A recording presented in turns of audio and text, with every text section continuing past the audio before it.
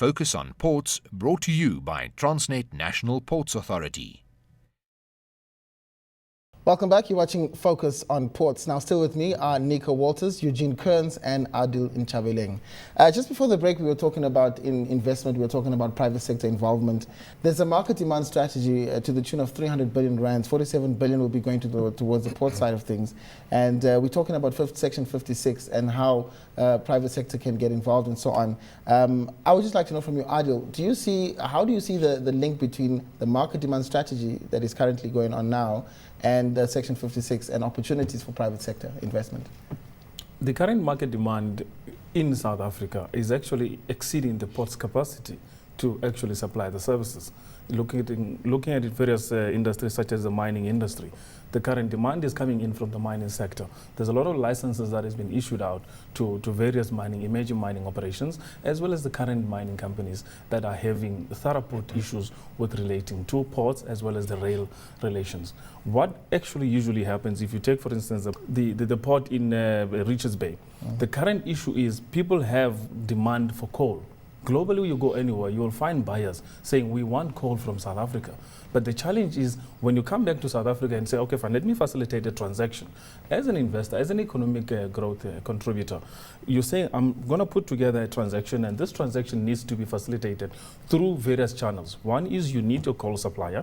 Secondly is you need your coal transporter. And thirdly, you need your coal exporter from the port point of view. The two can be pieced together, but when you come to port, you find that you don't have access to actually taking your product off to the end customer on the other side of the world through the port access.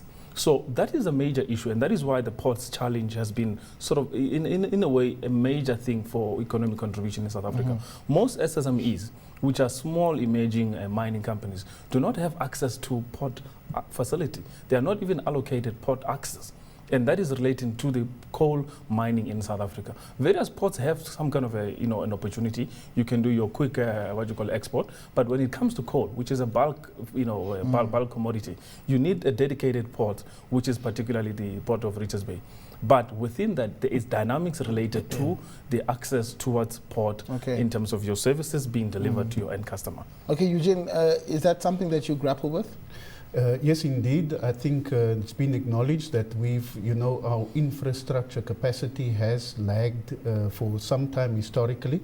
But the good news is that we have made fair ground, good ground, in particular with the coal exports. It was broader than the port. That's also we also had a lag with the rail capacity, and I think over the past decade or so, good strides have been made, and there's more planned for the future.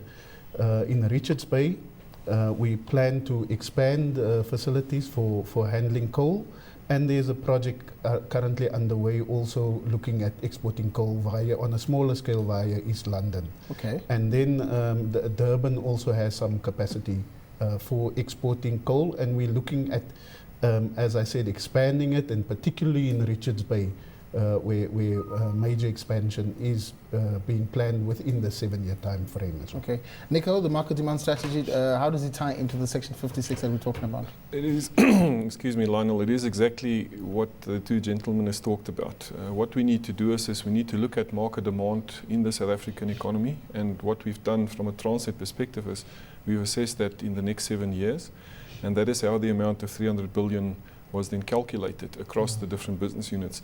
The 47 billion that you see for the National Ports Authority will go a long way to create some of the capacity that has been referred to. And I think the important aspect of that is that together with the port infrastructure will then come opportunities not only for coal, but also in a number of other areas for new terminals and new cargo handling facilities to be constructed and to be operated, which will further go a long way to maybe assisting the economy to grow. Okay, fantastic. I'm still with you, Nico. We talking about Section 56 and the private sector involvement, whoever else wants to be involved. And 3 letters come to mind, PPP, public-private partnership. Section 56, is it really a PPP facilitation?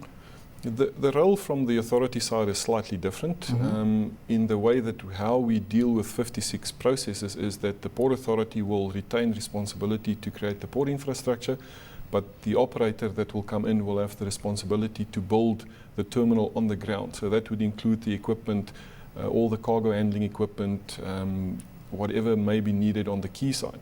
In terms of the partnerships, what we have seen in some of the projects that we refer to is that the effective partnerships will happen more on the side of the operator, because normally what you will find is that people that will submit bids will constitute a terminal operator who will have the cargo handling expertise. You will most probably have a construction company as part of the bid who will be responsible for the physical construction. And the other important aspect that we are addressing with the 56 process as well is to bring more empowerment into port operations. And that is the partnerships that we see going in terms of the 56 processes. Okay, let's bring Eugene in. He talked about empowerment. It's a huge opportunity, isn't it? Having anything to do with the ports. If you are an operator there, you have a lease agreement for quite a number of years, lots of money is to be made.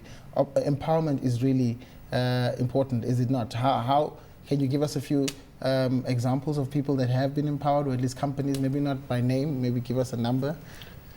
Yeah, I think without going into detail, all of the requests for proposals, these bids that we go out on, do have criteria that prospective bidders have to comply with. And in fact, our board has been very, very strong on this, in that the BEE requirements, in fact, is the first gate that people have to comply with.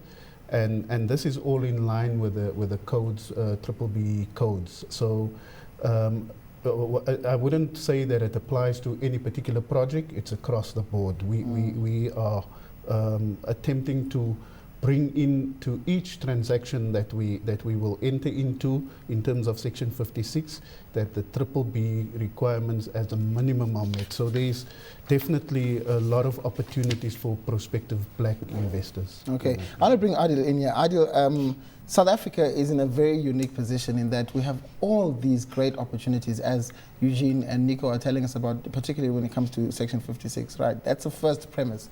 The second premise is that we have people out there with lots of money wanting to make more money, investment opportunities. We've discussed that. That's the second. The third premise is that we have the responsibility to create jobs, infrastructure, skills development. The imbalances of the past need to be sorted out. As an investor, are you just going to get a headache if you look at this as a proposition? Look, we are a developing economy. We are a developing democracy. There's been inherent legacies, and there's been inherent challenges, and there's been inherent opportunities. We've inherited an infrastructure, which at that time, when the government took over, didn't really, at that point, grapple with, didn't have the clear understanding in terms of how to maximize. It took a bit of a time. Now we are in the infrastructure rollout period and phase of our economy.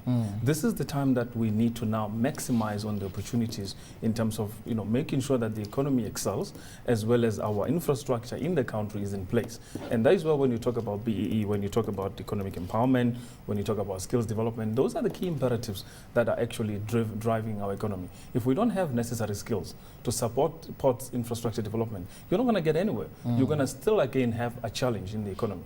One of the other things is job creation creates economic liquidity. From an economic liquidity point of view, whenever we talk about South Africa's empowerment infrastructure environment, you continuously come across this big five or big five groups type of empowerment deals and transactions that actually exist within various pockets. Key individuals who have strategic advantage in terms of knowledge and information manipulate and maximize the total value of all transactions that are currently available in the sectors and the economy. Because they have the skills, they have the people, they have the manpower, they have the resources and money. And that's the kind of thing that with this current legislation, we need to break and start empowering communities. We need to start empowering families. We need to start empowering groups that are strategically placed and are going to be specialists and become professionals in that space. Are you going to be advising some of your clients to look at the opportunities in Section 56 and perhaps go for them? We actually have surpassed most of the various players in the economy and the market. We've been already out there into the market throughout the BRICS countries, speaking to various investors to say, come in and see the opportunities in South Africa. But the current block is you come back to the country, you find that we have an inhibiting legislative environment. Section 56 is fantastic. It's a brilliant piece of legislation that has been crafted, but the implementation of the Section 56 is a challenge. Okay. Because you're talking about implementation, license. gentlemen. In fact, I want to talk implementation, and I also want to talk about that which is current. I hope we have time to get to that. Unbundling of state-owned assets or state-owned enterprises, and this is a very current topic right now. But Nico, let's talk about the international best practice. And once again, we come full circle. Is our environment inhibitive, and should we be inhibitive, considering our background? Yeah. I don't think it's a case of being inhibitive. I think what you find with Section 56 now in the ports is that we are really aligning ourselves with what has been international practice for a number of years. And you will find that if you go out today and you look at any major development, you will find that there is an operator that would normally be selected through an open process. Okay.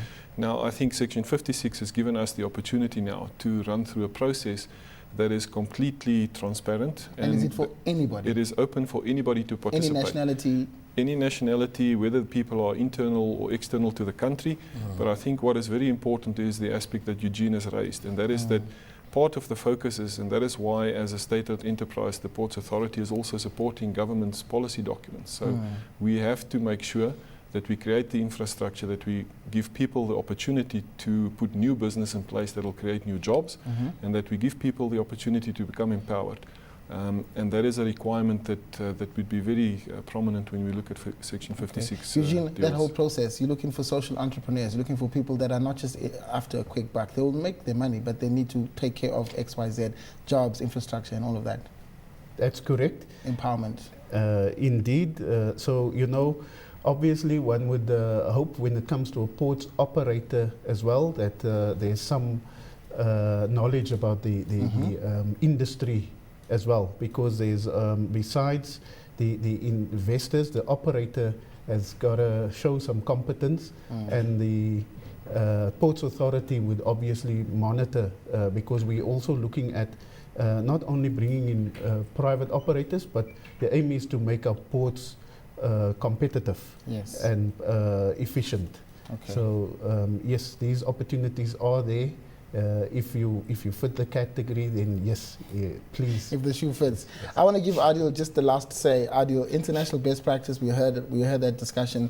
Currently, right now, everybody's talking about state-owned entities need to be unbundled in the sense of privatized.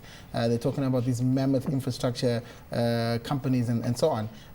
Should South Africa, in the ports kind of category, even be considering that? Is it going to help our case? Is it going to harm our case?